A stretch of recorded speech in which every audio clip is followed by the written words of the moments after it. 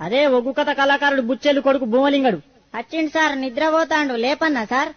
ఆహా లేపుర్రి, వానికి ఎప్పుడు నిద్రనే. వానికి ఇల్లు బడి ఒకటే, నిద్ర మొద్దు సన్నసి. లేపుర్రి వాని లేపుర్రి. లేచిన సార్. లేచినవా? ఏడెక్కం చదువురా నాయన, ఏడెక్కం చదువు. ఏడెక్కమా సార్? ఇగో నిన్ననే ఒగ్గు కథ చెప్పినా కదా మా గల్లీలా, జర నోరు బొంగు పోయింది, ఏమనుకోకుండ్రి మరి. సరే గాని నువ్వు ఏడెక్కం చదువు. చదువుతున్నా సార్, మరి ఇన్నుండ్రి. చదువు చదువు. హరియర్యా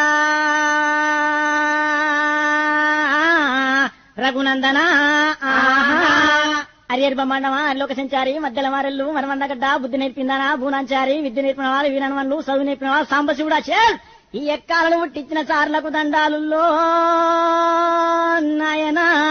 అగజూడు ఎవలేలే లోకాలు వాళ్ళు వెళ్తున్నారు, మా బల్లె మాత్రం మా సార్ వెళ్తున్నాడు.